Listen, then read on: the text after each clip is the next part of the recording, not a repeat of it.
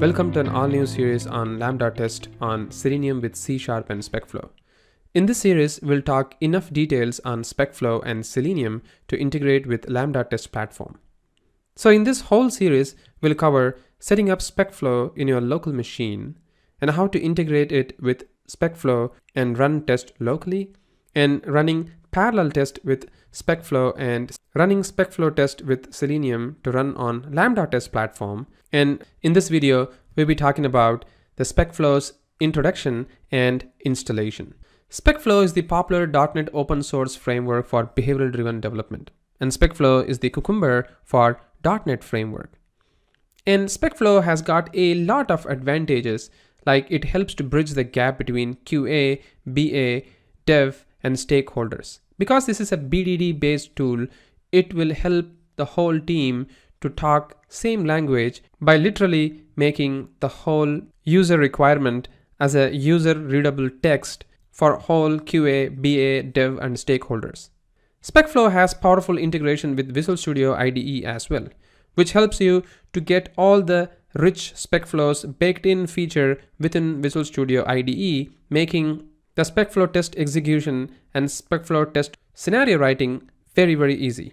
And SpecFlow can run test in both IDE and in command line interface, not just in sequence, but also in parallel as well as in tagged version of it.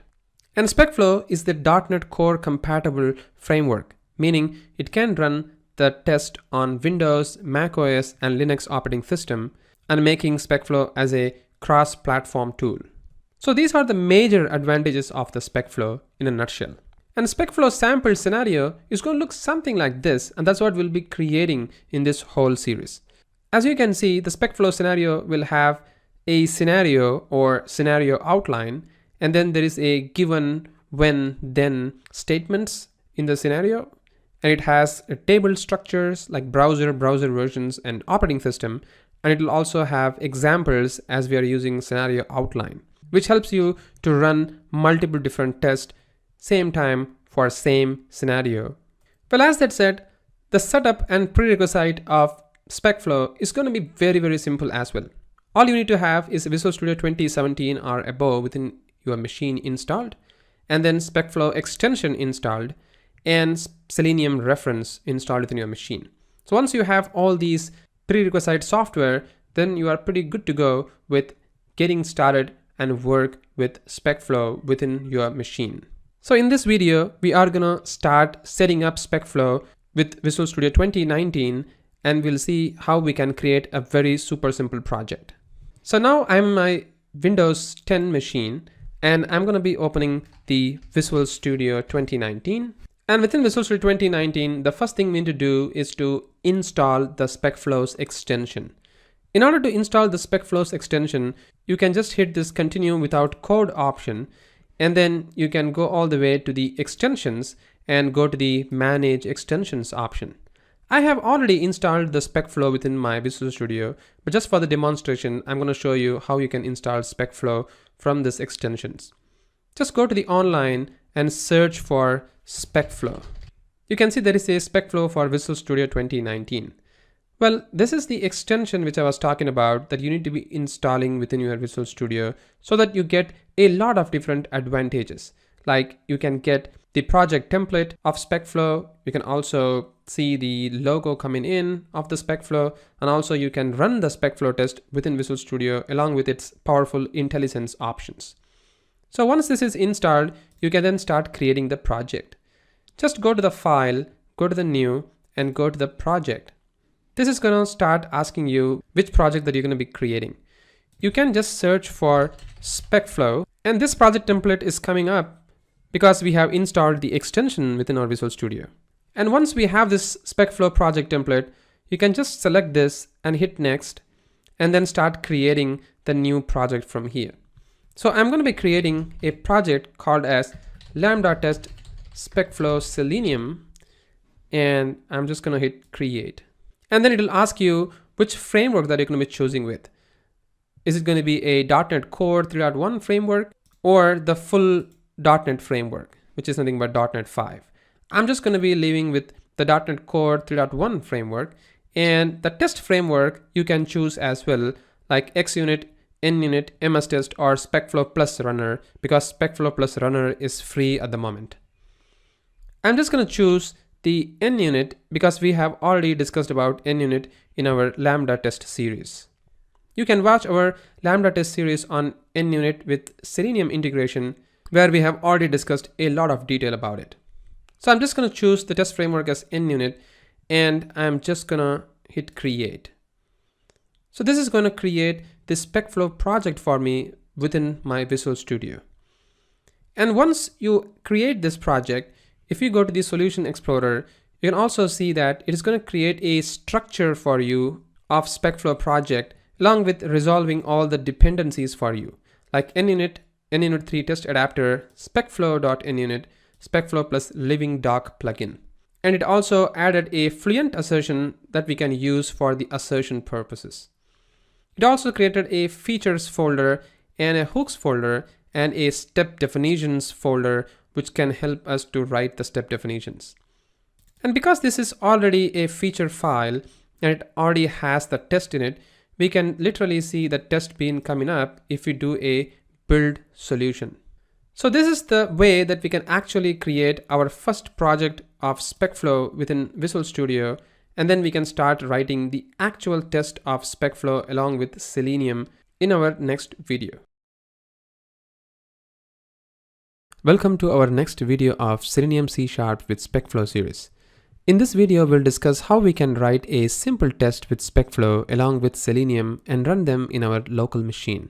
We'll also learn a bit of SpecFlow jargons like given, when, and then, and writing hooks along with the step definition implementation and some usual Selenium driver steps, as well as hooking the Selenium driver within the context injection. So let's get started. So if you remember, this is the project that we created in our last video of this series by creating a simple SpecFlow project from the project template. And now we are going to actually write a scenario in this particular feature file. So the first thing which I'm going to do is we're going to change the project name. So we'll change the name to non-Chrome browsers, and I'm going to change the feature name as well. And let's get rid of these text, testing non-Chrome browsers, and we're going to write a scenario over here. So the scenario is going to look something like this. As you can see within the scenario, we actually have a tag like to-do app, and I have written a scenario saying add items to the to-do app on the Firefox browser. So the scenario starts with given I navigate to the Lambda test app on the following environment, like the browser version, and operating system. And then I have told, and I select the first item, and I select the second item, and I enter the new value in the text box. When I click the submit button, then I verify whether the item is added to the list or not. So this is the simple scenario that we are going to be implementing in this particular SpecFlow scenario. So this step definition name should also be ideally different. We're just going to rename this to browser step def, and we're going to rename the project reference element as well. And you can see within this particular browser step definition of the project template, it also created a structure of the step definitions file from the template itself. It actually has a context injection using the scenario context, and it also has the step definitions. But as you know that these step definitions are kind of obsolete at the moment because these are from the sample calculator application step definitions, we need to generate the step definitions for this particular scenario. In order to do that, I'm just going to right click. I'm going to select this generate step definitions. I'm going to copy this method, and then I'm going to just paste them all over here. And this marks the step definitions creation for us. And these are the usual SpecFlow things that we need to do. And once we have the step definitions being generated, the next thing we need to do is we need to create the hooks and the drivers. So within this driver, we are going to start writing the Selenium driver code. But before that, we also need to add the dependency for the Selenium so that we can start working with it. So we're going to select this manage NuGet package. We're going to go to the browse and search for Selenium, and we're going to add this Selenium web driver. And because we are working with the table structure of the SpecFlow, we also require the SpecFlow's assist package, which will help us to work with the table structures. So I'm going to install the SpecFlow assist dynamics as well. And once we have all the required references within our project, then we can start implementing the drivers.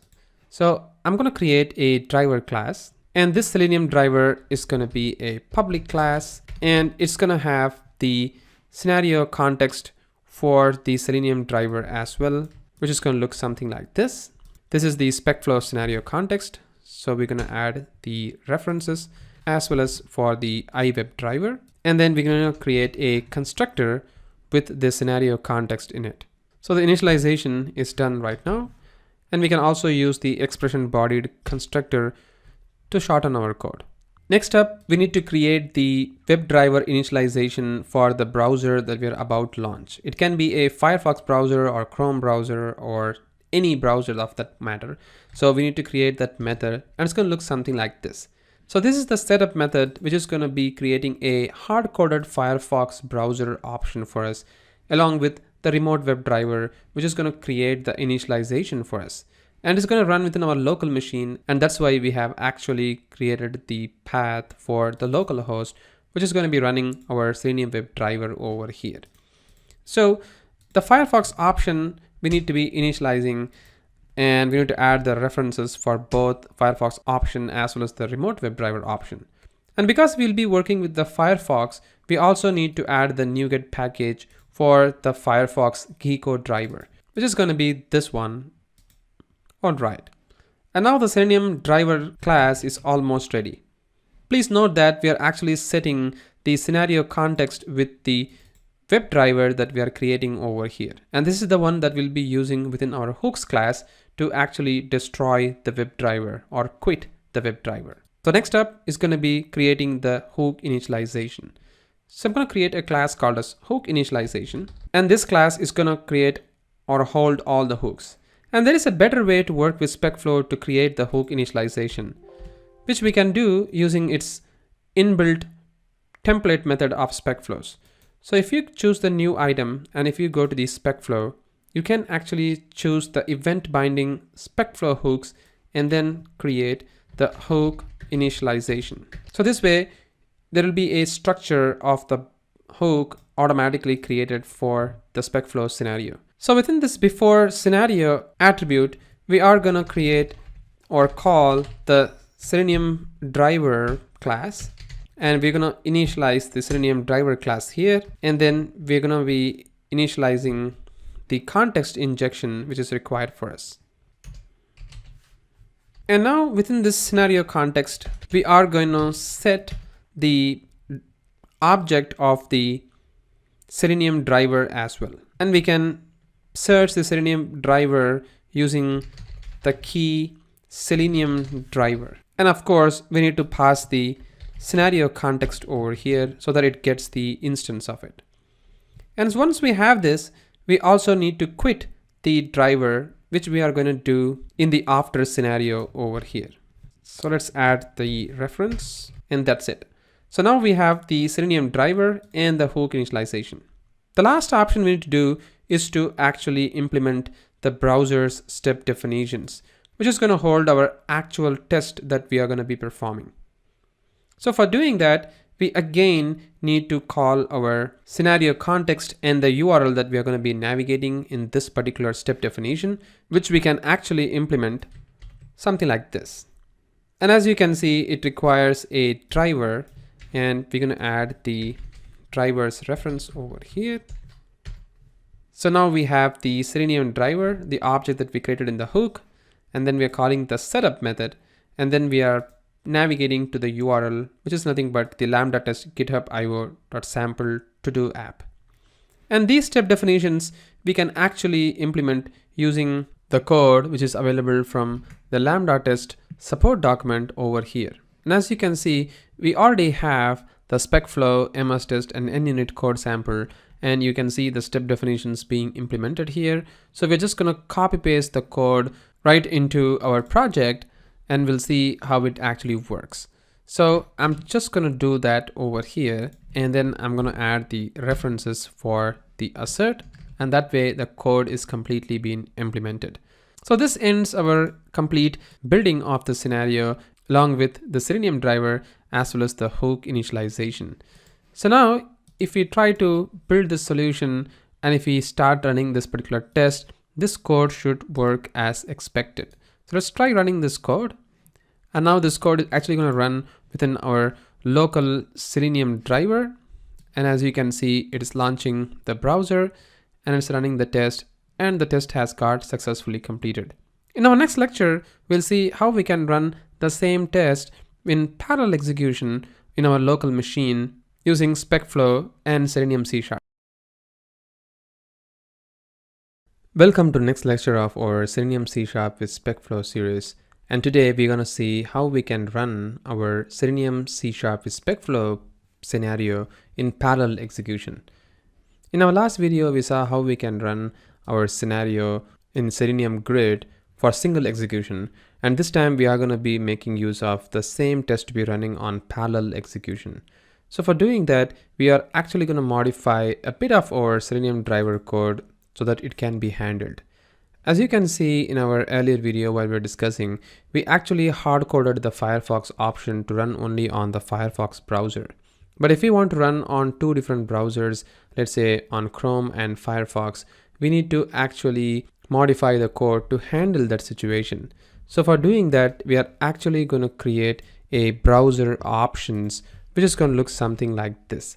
As you can see, this get browser option is going to have a Chrome option as well as the Edge Chrome option and the Safari option for us over here. And this particular code is also going to be called within our code on the setup method so that it can be setting the capability for us. And the code is going to look something like this. And as you can see, it is actually expecting the browser name for us as a parameter so that it can be passed over here. So it is done using a browser name parameter from setup method over here. And once we have made a small change for making our test run in parallel execution, we also need to modify our scenario to handle the parallel execution. So for doing the parallel execution, we are gonna slightly modify this particular scenario, something like this. As you can see in this particular scenario, we actually have a scenario outline, rather scenario, and we are using examples with scenario outline to perform the operation over here. And this particular scenario is going to execute the test for us on the Firefox browser. And then we also need to actually run another scenario for the Chrome browser. So we are just going to do another scenario as well over here. And this is for the Chrome browser. And we're going to modify that to the Chrome browsers. And the scenario is going to look something like this. So as you can imagine, now we have two scenarios in two different feature files so that they are ready for us to be executed in parallel. But of course, we have some issue over here because within our code on the browser step definition, we have to pass the setup method with the browser name as a parameter, which we are going to do using our table that we have. So we need to pass the table information using the dynamic of table dot create dynamic instance, and we're gonna add the tech.assist that we added as a reference in our earlier video, and we're gonna pass the name of the browser, something like this. So this way we have the browser name being passed over here. So now all the changes that we require to make is already available for us. So we can now try to execute this test and we can see how it actually works. But before, in order to execute this test to work in parallel, we also need to make a final change on our hook initialize, which will make our test to run in parallel scope, which is something available on the NUnit as a feature to run the tests in parallel. So we are going to invoke the parallelizable attribute of the NUnit framework, and we're going to set the parallel scope as fixtures so that it can run the test in parallel for us. These are the changes that we need to really make our test to run in parallel within our local machine, and we already have our Selenium grid to have all these capabilities to handle, as you can see over here. So we have two nodes running and they can handle these two capabilities for us, like Firefox and Chrome browsers. And we are going to be running these two tests right now. So we are going to be selecting both the test and then we are going to be running the test. So they both will run in parallel right now, as you can see, and they are opening two different browsers right now. One is on the Chrome and another one is on the Firefox. And you can see that both the test has got successfully completed and the test has got passed. So this way we can run SpecFlow scenarios in parallel to execute the test execution in multiple different browsers using our Selenium Grid setup. Welcome to our next video of Selenium C# with SpecFlow series. And in this video, we are going to be talking about what is Lambda test and what are the benefits of running test on Lambda test, how to run single test on Lambda test, how to run parallel test on Lambda test platform, and how we can perform testing of locally hosted or privately hosted website on Lambda test platform. So all these days we have been talking about how we can run Selenium with C# test on our local machine. But in this video, we are going to be fully focusing on running the same test that we developed all these days in our past 3 videos and running them on the Lambda test platform this time. So let's quickly jump into our existing test and then start modifying the code to run on the Lambda test platform. So as we know, in our existing test, we wrote this Selenium driver.cs file where it actually had the setup method which performed the browser initialization. And all these days, we were running the test either on a Firefox browser or on a Chrome browser that we specify over here. And based on that, the test is going to be picking up from this get browser options capability. But now if I want to run my test on a Mac operating system, I couldn't able to do that because this is a Windows operating system. And if I want to run the same test on a browser which is not even installed within my machine, which is of different versions, then I couldn't able to do that as well, because currently I can only have one browser version installed within my machine. And if I want to use the higher version or the lower version, I need to either uninstall the browser and install the newer version or the older version, vice versa, which is kind of a pain and really very, very troublesome. In order to avoid these problems, Lambda test come up with a very great solution of over 2000 plus browser combinations. So how is that possible? So first thing is we need to connect our remote web driver instead of using the local host 444/wd/hub, which is nothing but our local web driver, to the Lambda test platform. So in order to do that, if we directly jump into the Lambda test platform, there is an option called as get started. So if we hit this get started, you can see it will show you all the different details that you really require to configure your test to run on the Lambda test platform. It has the language binding for Java, Node.js, Python, and Ruby, and soon the C# language binding will also be added. But the idea of configuring is very, very simple. All you really require is basically the username to connect and the access key to connect with this Lambda test platform. So these are the details that you really require to connect with the Lambda test platform. So I'm just going to use the exact two things, but just that in order for the coding to be more aligned, I'm just going to call them as LT username and LT app key, something like that, which I'm going to be initializing directly within our constructor code over here.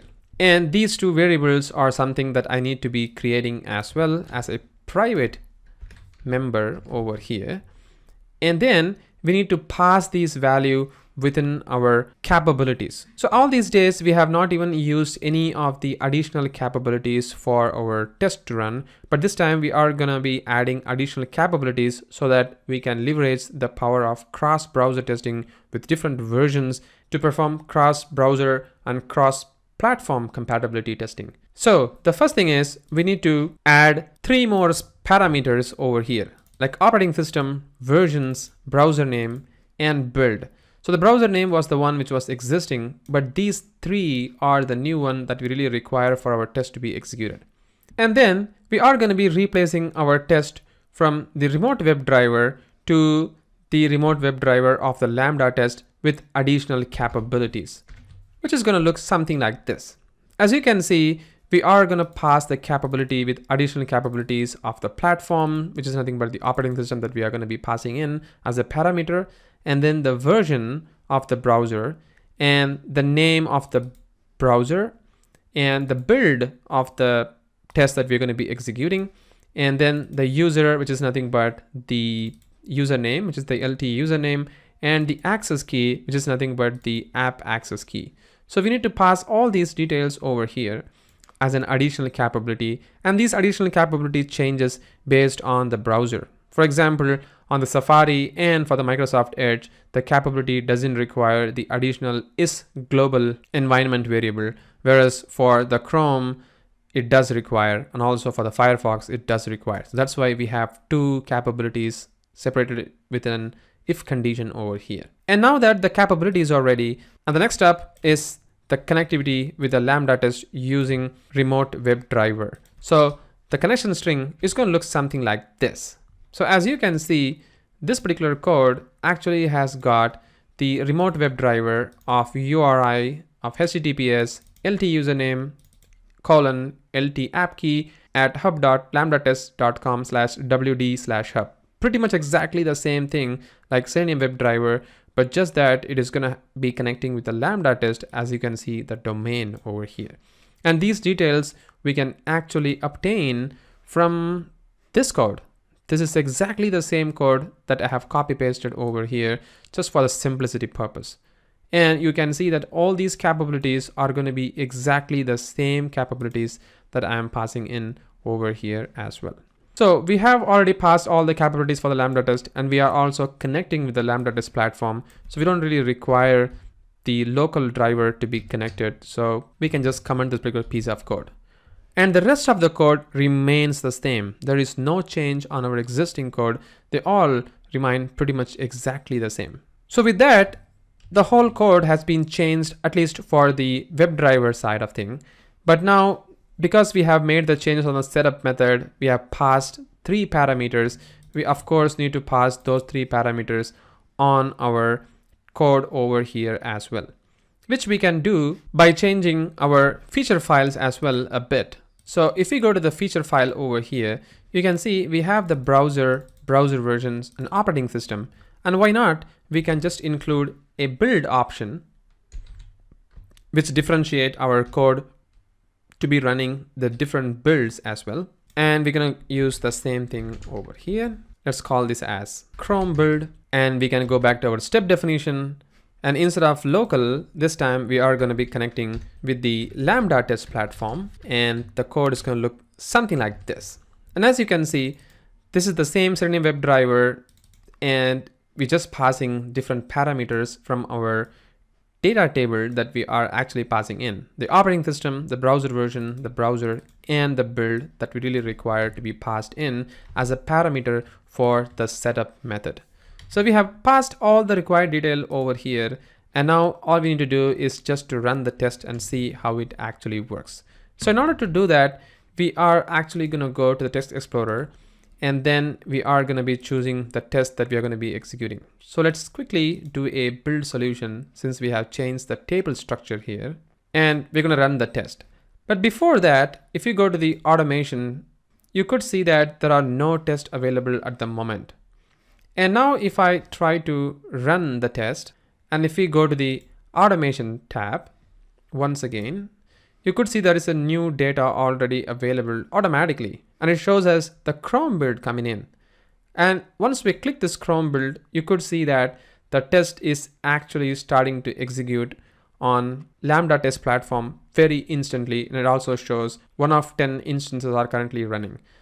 And once I run this particular video option, you could also see that it's going to show you the video of the test being executed. So this way we can see a full video log of what happened while the test was executing. And this is automatically happening because Lambda test does all the magical options for us. And the next up, we are actually going to run the same test on cross browser with parallel execution, which is another great way to extend Lambda test in multiple different browsers.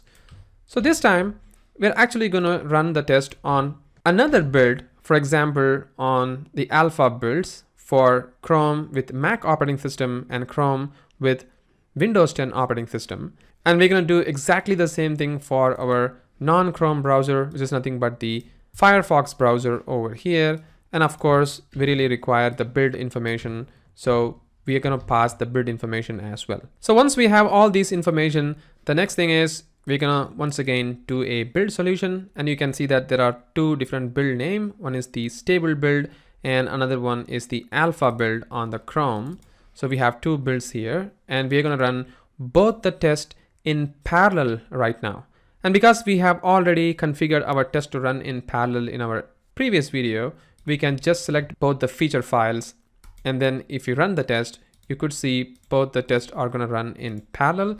And if we go to the Lambda test, we get the option of the two new test data coming in, which is the stable and the alpha.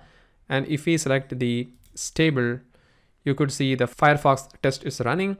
And if we choose the alpha, it also shows the Chrome test, which is running on Windows as well as in the Mac operating system. So if I select any one of the test, and if we go to the run button, and as you can see, the test is currently running, but still, if you could be able to see the videos, you can see it's running on a Mac operating system, the same test, and they're all running in parallel. And you could see all the tests running over here as an instance with the number count. So this is the power of Lambda test to run test in both single as well as in parallel mode. And this way we can really test our applications pretty faster with multiple combinations. The last operation that we're going to be doing in this video is to show you the feature of tunneling with Lambda test. Again, tunneling is one of the great way to extend running the test of the application which is hosted on the local machine and then running the test on the Lambda test platform instead of running the test of an application which is already hosted on an public domain, something like this. So all these days we have been testing our test on the public domain hosted application, but this time we are going to be testing the application which is hosted on local machine. So in order to do that, we need to understand the concept of Lambda test tunneling option. So this configure tunneling options will help you to tunnel the test running on the local machine and make the application available just for Lambda test platform. This is a secure way of connecting or exposing your application to the Lambda test platform. So in order to do that, first of all, we need to download the binary shown in this particular link. So once we download that, it is going to be an exe file, which we can just put on any one of the directory. And then we can start copy pasting this particular command and then start running the tunneling for us. We are just going to start doing the tunneling. So we are going to open an application sample app. And as you can see, we already have the lt.exe, which is nothing but the exe file required for running the Lambda test tunneling options.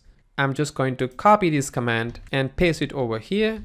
But just that this is going to be a lt.exe and we're going to hit enter. And once we do that, you could see that it is going to automatically download any update if it is required. And it will also restart the binary for us. And once we run this again, you could see it is going to automatically start connecting by launching the tunneling option, and then it will connect to the Lambda test platform for us. By this way, we are connecting ourselves with the Lambda test platform. And finally, I'm going to start our application, which is going to be running within my local machine using the npx http server command. So basically, this is my HTTP server, which is going to be launching my application. And it can be accessed using 127.0.0.1:8080. And this is the application coming in. And this is the same application that we were running on the public domain, but just that this application is currently running within my local machine. And now we're going to replace this driver.url to the local app that we just launched instead of the public domain. And this is the only thing that we need to do. And once this is available, we can start running the test. But just that we also need to tell our additional capability of the Lambda test that this particular application is being tunneled from the Lambda test tunneling. So please accept this connection, which we can do from the Selenium driver, as you can see over here. So there is an additional capability called as tunnel option, which will help us tunnel this particular test to be executed on the Lambda test platform. So this is the only change which I need to be doing within my code in order to tell the test that I'm running my test of an application which is running on my local machine. And this way, the whole tunneling option is completely done, and we could able to run the test and see how it actually works. The only change, just for the differentiation purpose, which I'm going to make is to change the build from stable build to tunnel build or local build. And I'm also going to change the local Chrome build in order to differentiate our tests. So let's quickly build the solution. And if we run both the tests right now, so you could see that it is going to start accessing the application which is currently hosted on my local machine. And as you could see, it is currently happening over there. So Lambda test is currently accessing that. And if we go to the Lambda test platform, you could see there are new data available. And if I click that, there are local builds and local Chrome build running in, which is actually running test of my local machine. And we can directly able to access how they're actually running from the URL. So that is the only way we can differentiate. So if I click this Chrome on the Safari or the Windows, you could see the URL is going to be 127.0.0.1:8080 of to do, which means it is currently tunneling my application of the local machine, and it is running on the Lambda test platform. And this is the power of tunneling option on the Lambda test platform to run test from the application which is running within our local machine. So that's it. These are the great features of Lambda test and how we could run the Selenium C# with SpecFlow code along with Lambda test platform for a single test, parallelly executable test, and running the test of an application which is hosted in the local machine.